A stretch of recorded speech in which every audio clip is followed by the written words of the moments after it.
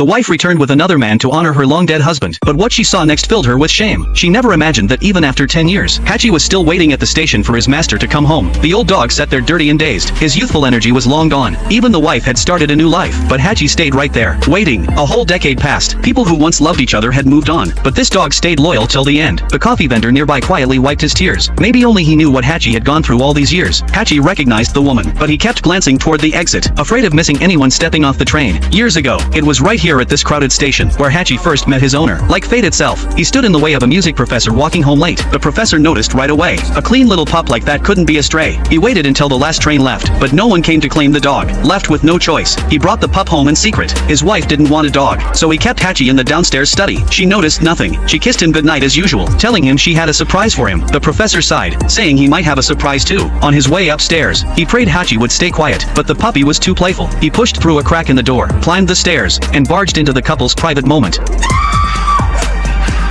Actually, the wife didn't hate dogs. They had one before, but losing that dog was so painful, she swore never to go through that again. The professor understood her pain. He promised to send Hachi away the next day. Just let him stay in the storage room for one night. She reluctantly agreed. The next day, their daughter saw Hachi and instantly adored him. The professor thought maybe there was hope, but then the wife pulled out a stack of adoption flyers, so he kept his promise and took Hachi to the shelter. But all the cages were full. The staff said they could only keep him for 2 weeks. After that, if no one adopted him, he'd be put down. The professor couldn't let that happen, so he brought Hachi back home and threw a fake tantrum on the floor. His wife stared at him in disbelief. Just as he was about to plead with her again, they heard a noise from the other room. Turns out, Hachi destroyed one of her handmade crafts, something she spent months working on. That night, after arguing with his wife, the professor didn't dare return to their room, so he sat with Hachi, watching baseball. They shared a tub of popcorn. When the wife came downstairs, she found him fast asleep on the couch. She reached for the remote, but Hachi licked her fingers gently. She rolled her eyes, but deep down, something shifted. The professor woke up, apologizing again and again. Watching how careful he was,